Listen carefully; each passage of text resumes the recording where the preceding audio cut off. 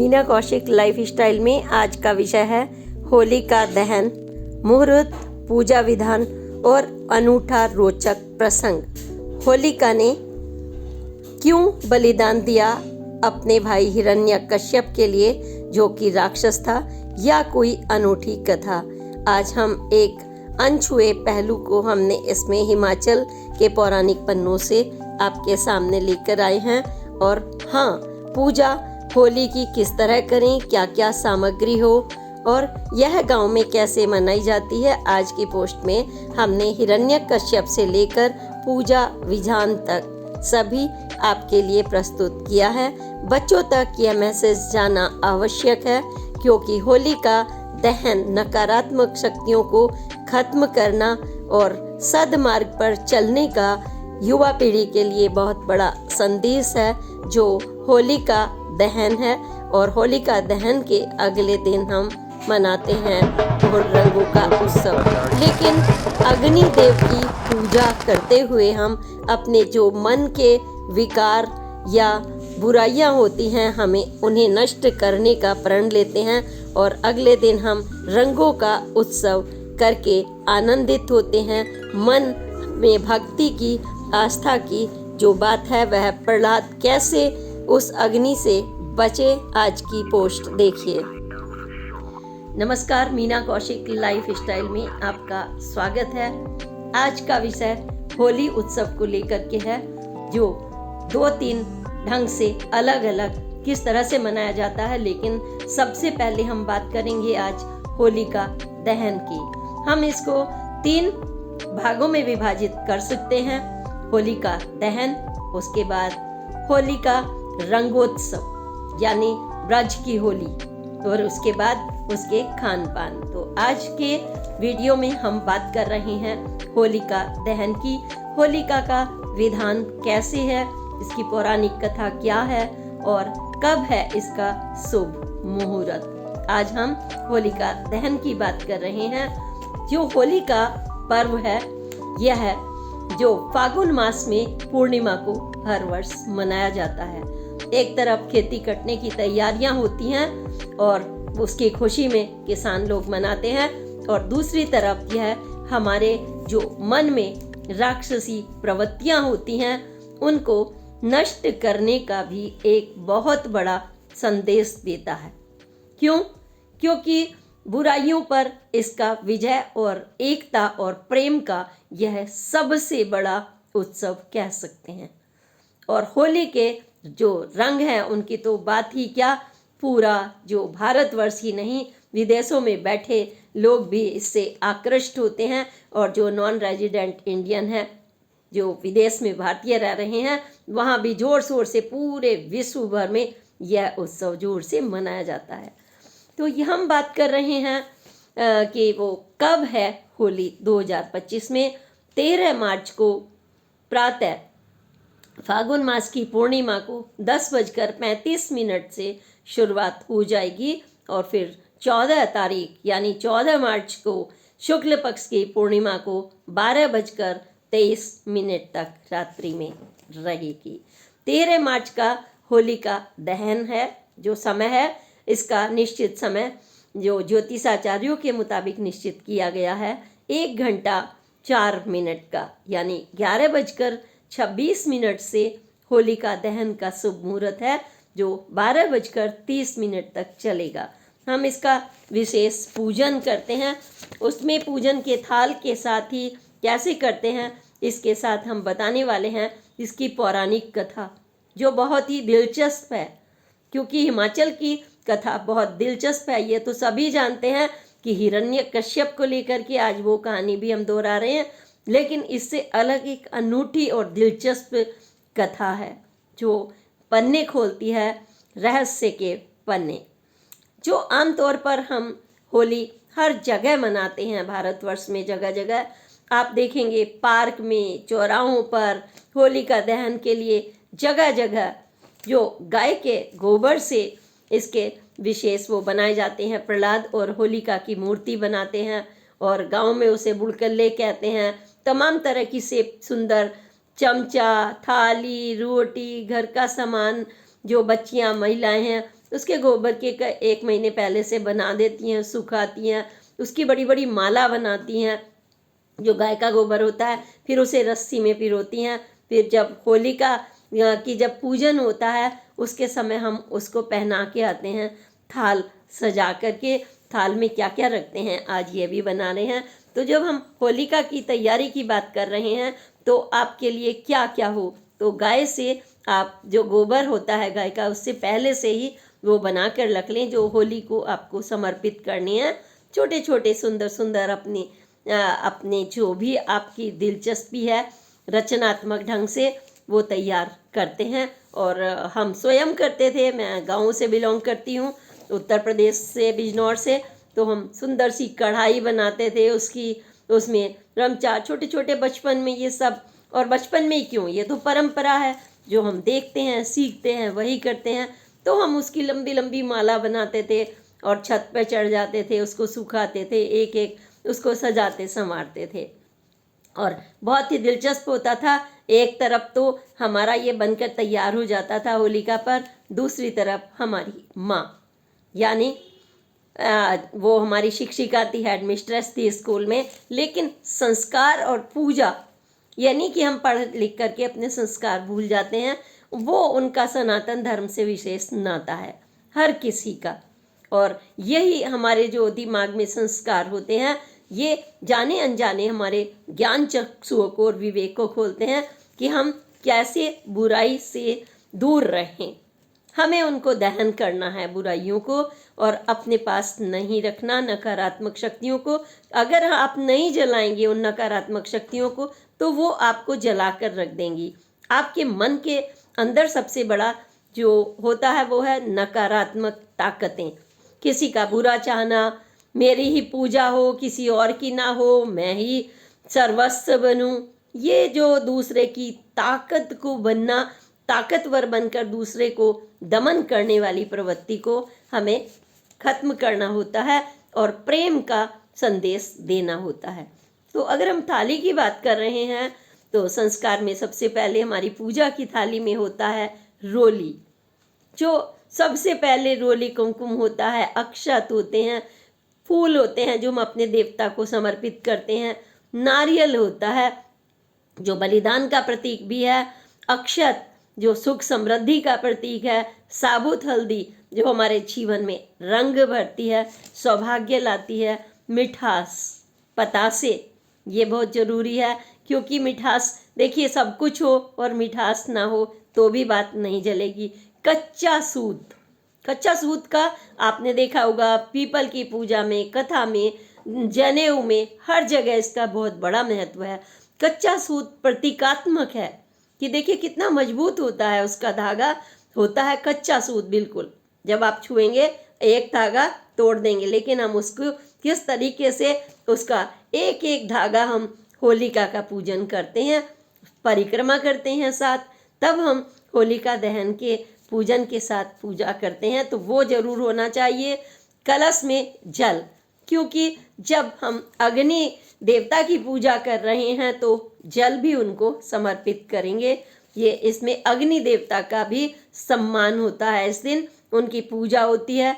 हम उस थाल में गुंजिया, पकवान जो भी हम होली के लिए पकाते हैं वो माँ सब कुछ बनाती है घर में हमारे, और बड़े सब मिलकर ही बनाते हैं। कोई भाग के कुछ ला रहा है, कोई कुछ ला रहा है, तो पूरी तैयारी होती है। एक भी चीज़ छूट जाए तो ऐसा लगता है कि पता नहीं क्या रह गया।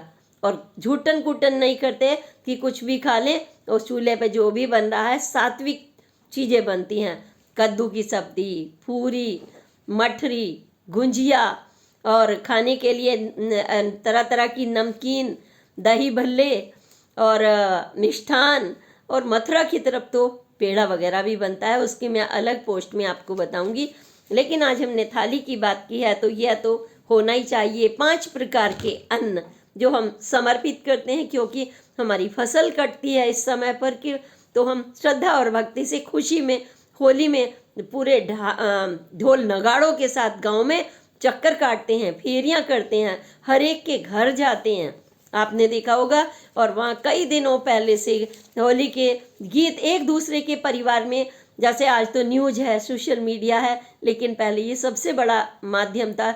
हम छोटे छोटे थे, मुझे आज भी याद है कि किसी के घर में शादी हुई है तो उसे रोचक ढंग से वो सुनाया करते थे। किसी के घर में कोई मृत हो गया है तो उस साल में तो उसके यहाँ भी वो शोक वाला गाना गाते थे। तब आता किसी के यहाँ बच्चा हुआ है तो उस ढंग का गाना सब मिलकर गाते थे, और बहुत ही सुंदर ढंग से। और एक बड़े से चौराहे पर सब लोग रात्रि में वो बहुत ही दिलचस्पी के साथ ये गाने सुनते थे और ध्यान करते हैं। इस दिन जब हम पूजा का तो नरसिंह का ध्यान करते हैं। यह कहानी जो जुड़ी हुई है वो भी मैं आपको बता रही हूँ। और खान पान में लस्सी बनाते हैं, और जो भोग होता है, मिश्री का भी भोग होता है, पतासे का, ये सब हम मक्खन मिश्री वगैरह भी रखते हैं। जलेबी, पेड़ा, गुंजिया, आलू की चाट, टिक्की, ये सब कुछ होता है। और हाँ, अगले दिन तो ठंडाई भी होती है, लेकिन पूजा के दिन विशेष तौर से होते हैं पकवान। गुंजिया तो मीठा जरूर रखते हैं, चार पूरी। जब वो लोटे में पानी ले करके जाते हैं या कलश में, तो उसमें कलावा बांधते हैं, उसको अक्षत से पूजा करते हैं, स्वास्तिक बनाते हैं, और फिर उसके ऊपर पतासे और वो रखते, सब हम चढ़ाते हैं होलिका माता को। ये होलिका माता कौन है, ये सब भी हम बताने जा रहे हैं।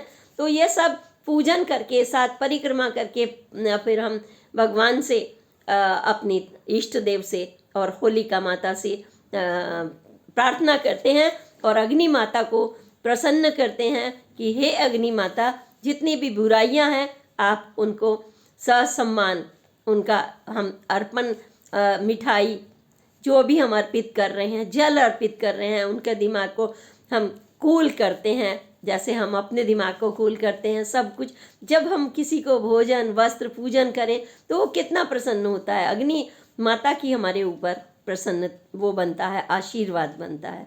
इस तरीके से अग्नि माता की जो होलिका है वो स्वयं अग्नि की उपासक थी, जो हम बताने जा रहे हैं आज।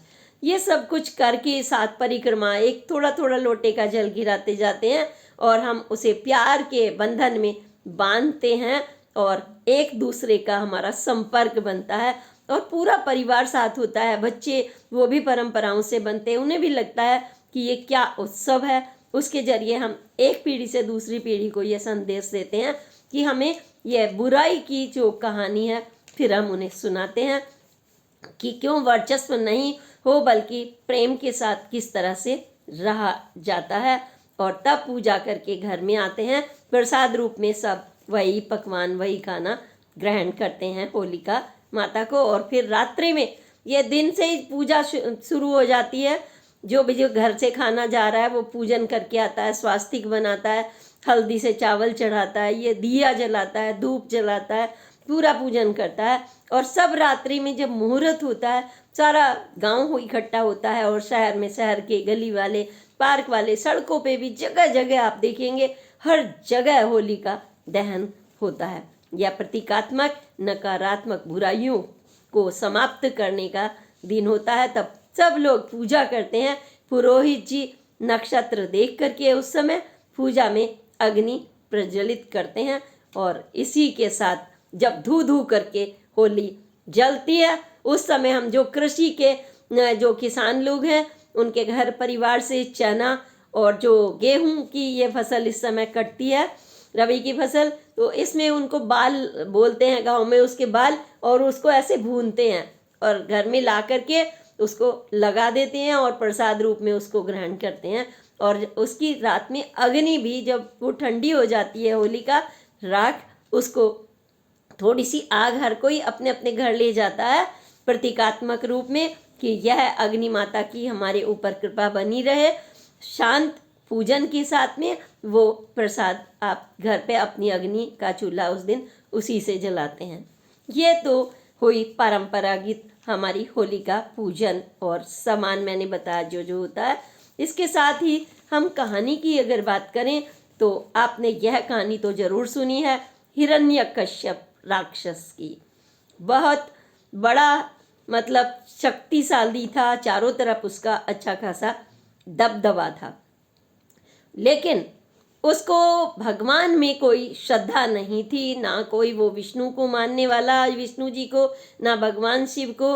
वह सोचता था जो ताकतवर है वही भगवान है। वो ये सोचता था मैं ही भगवान हूँ, कोई दूसरा नहीं है इस दुनिया में।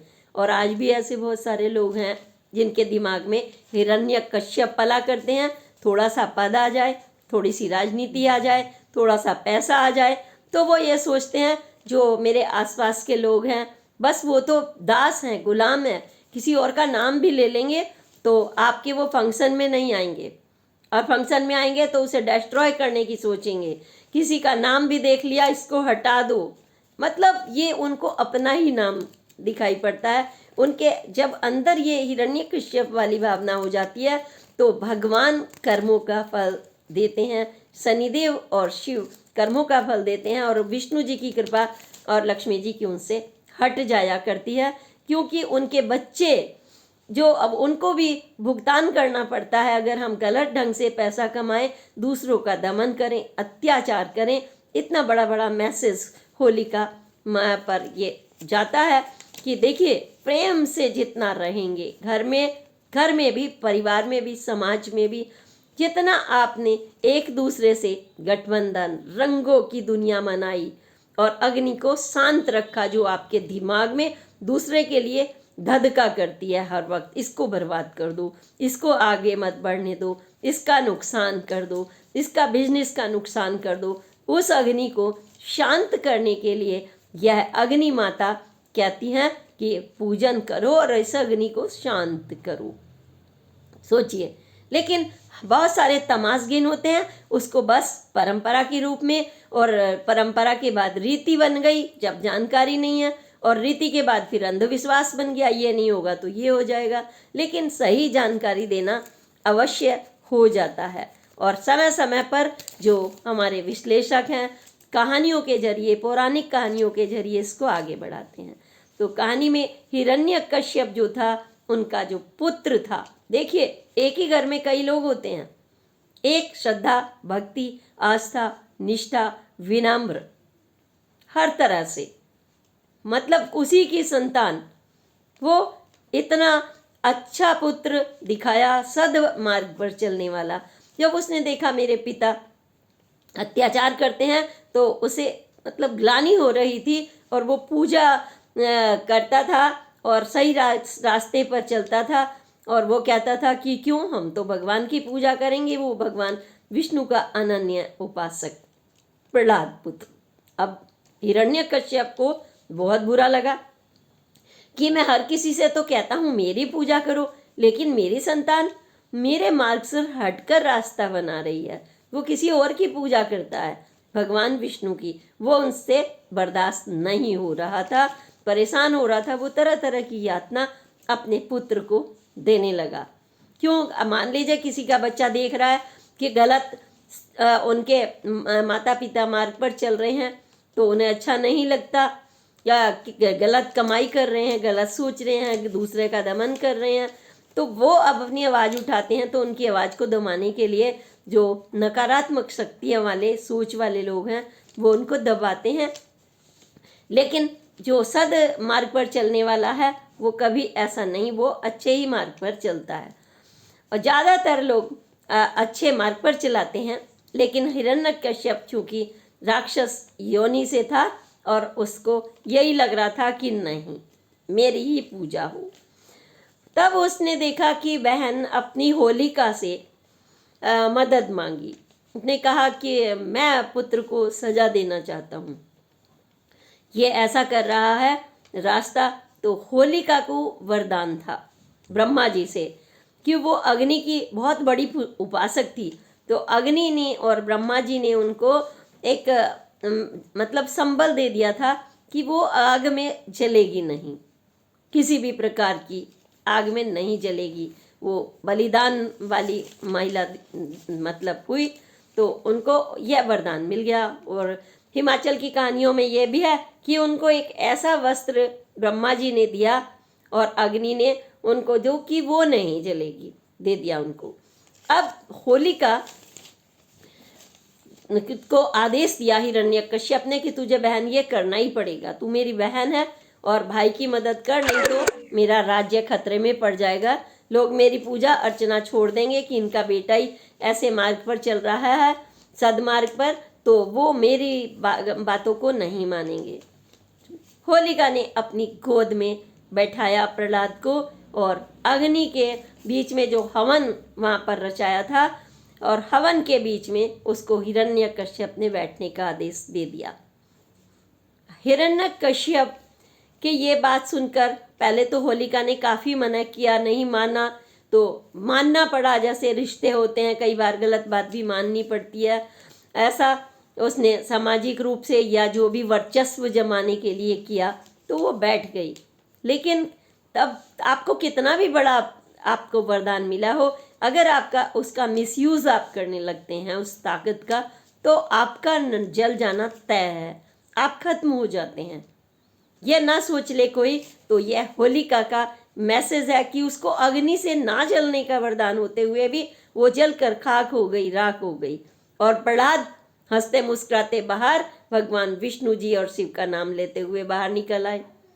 ऐसे में फिर से मारने के लिए लपका हिरण्यकश्यप और खंबे से निकल करके नरसिंह रूप में ईश्वर स्वयं प्रकट हो गए और उन्होंने हिरण्यकश्यप के 2 टुकड़े कर दिए, क्योंकि उन्हें ना इंसान मार सकता था ना भगवान मार सकता था। तो हिरण्यकश्यप को एक खंबे के जरिए उनकी मृत्यु हुई। लेकिन हिमाचल में जो हम बता रहे हैं आज की अनूठी कहानी है, वहाँ पर यह है कि होलिका जो अग्नि की उपासक थी, जिनको वस्त्र दिया था बचने के लिए, और इतनी वो भक्तिन थी कि उसको आग भी नहीं जला सकती थी, उसके अंदर बहुत बड़ी प्रेम की भावना थी। जिसमें प्रेम की भावना होती है वो किसी को जलाने की नहीं सोचता, वो अपने अंदर तो जल सकता है, अपनी भावनाओं को काबू पा सकता है। तो कहते हैं उन कहानियों के मुताबिक वह इलोजी नाम के युवक से प्रेम करती थी होलिका। ये कहानियाँ उत्तर प्रदेश में या अन्य जगह नहीं है, ये हिमाचल की तरफ मैंने जैसा कि जिक्र किया वहाँ पर है। और उस दिन इलोजी उसके लिए शादी की बारात लेकर बैंड बाजे के साथ शहनाई लेकर आने वाला था, लेकिन हिरण्यकश्यप इस शादी का जो है खिलाफ था और उसने कहा था होलिका से, अगर तूने शादी की तो मैं उसको यातनाएं दूंगा। मतलब प्रेम करने के लिए अगर तूने मंडप पर तैयारी कर ली, वरमाला पहनाई, तो उसको इसका नतीजा झेलना पड़ेगा, क्योंकि वो हर बात में अपनी चलाता था।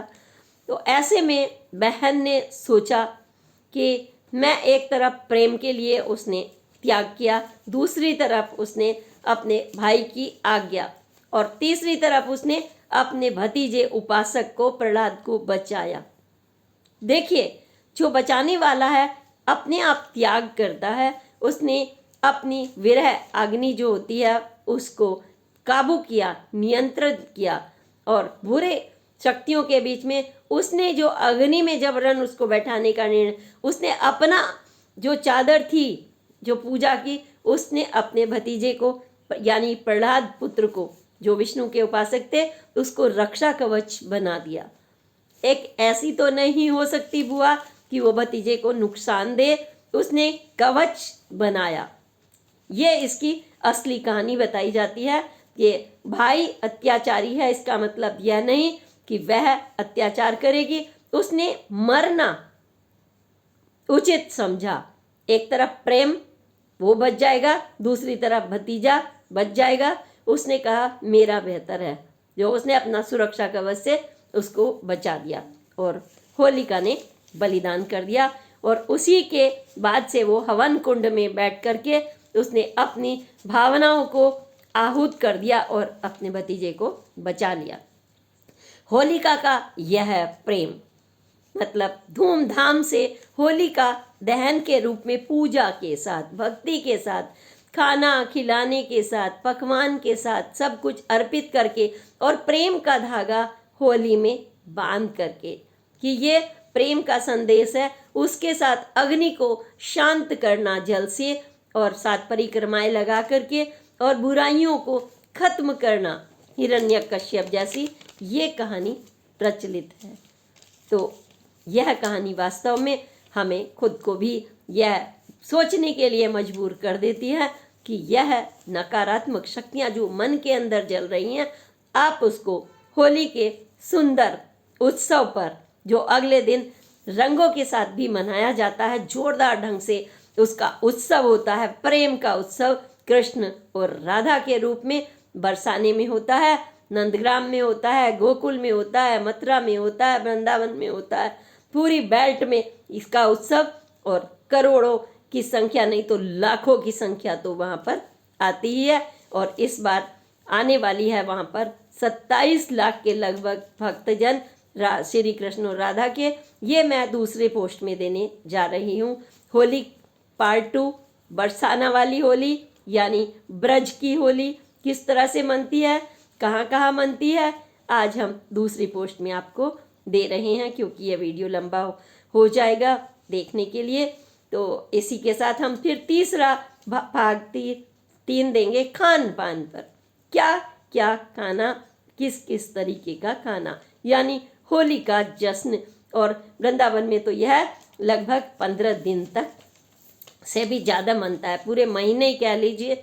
तो अगर मैं इसकी डेट की बात करूं समाप्त ये वीडियो करने से पहले, तो 13 तारीख को होली का दहन, 14 मार्च को होली का रंगोत्सव यानी रंगों की होली, और 12 तारीख, शुरुआत तो इसकी पहले से ही हो रही है, शिवरात्रि से ही हो जाती है इसकी। 28 फरवरी को इसकी शुरुआत, 12 फरवरी को द्वारिकाधीश मंदिर में होली, 13 मार्च को ही हमने बात की है, 13 मार्च और 14 मार्च को तो होली। और ये जो 12 फरवरी है इसमें द्वारिका को होली टाटा गाड़ा जाता है यहाँ पर बाकायदा द्वारिकाधीश मंदिर में। और 28 को शिवरात्रि पर रंगोत्सव मनता है फरवरी में, यानी फरवरी मार्च दोनों महीने मनेगी श्री राधा रानी जी के मंदिर में रंगोत्सव। आप देखना, एक तरफ शिव पार्वती जी, एक राधा कृष्ण, आपका पूरा ऐसा आप विभोर हो जाएंगे। और 7 मार्च को नंदग्राम में फाग आमंत्रण दिया जाता है सखियों को, आने वालों को लठमार होली के लिए कि भाई आओ यहाँ पर। और 8 मार्च को बरसाना में होती है जोरदार, जो होने वाली है, इस बार डेट बता रही हूँ मैं, वो लठमार होली। इसकी क्या कथा है यह भी हम बताने वाले हैं। और 10 मार्च को बांके बिहारी मंदिर में श्री कृष्ण जी के जन्म स्थान में रंग भरी एकादशी, रंगों की एकादशी। भाई जहाँ होली वहाँ तो बांके बिहारी, तो राधा कृष्ण तो आपको दिखा, उनकी लीलाएं, उनका खेल, उनका माखन, उनका मिश्री, सब कुछ होना निश्चित है। और जिसने ब्रज की होली नहीं देखी उसने कुछ नहीं देखा, ये कह सकते हैं। और 11 मार्च को गोकुल में रमन रेती में होली का उत्सव, 13 मार्च को होली का दहन, 14 मार्च को पूरे ब्रज में होली, पूरे देश में होली, 13 रूस को, और 15 मार्च को फिर बलदेव उनके छोटे भाई का, दाऊ जी का हुरंगा, हुड़ंग कहते हैं ना, हुड़ंगबाजी।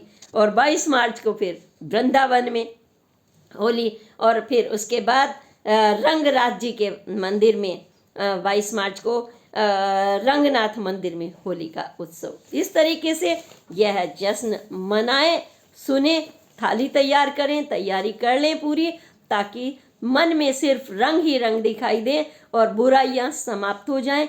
आपके प्यार की ध्वजा चारों तरफ, एकता और प्यार की हर जगह, रंगों का जश्न आपके दिमाग को, मन को, मस्तिष्क को रोमांचित करे, खान पीन से लेकर के खुशबूदार टिश्यू के फूलों तक। अब हम इसी के साथ इस पोस्ट के लिए, आगे के लिए अगली पोस्ट तक जो दूसरा भाग देने वाले हैं हम। प्रणाम, जय हिंद, जय भारत।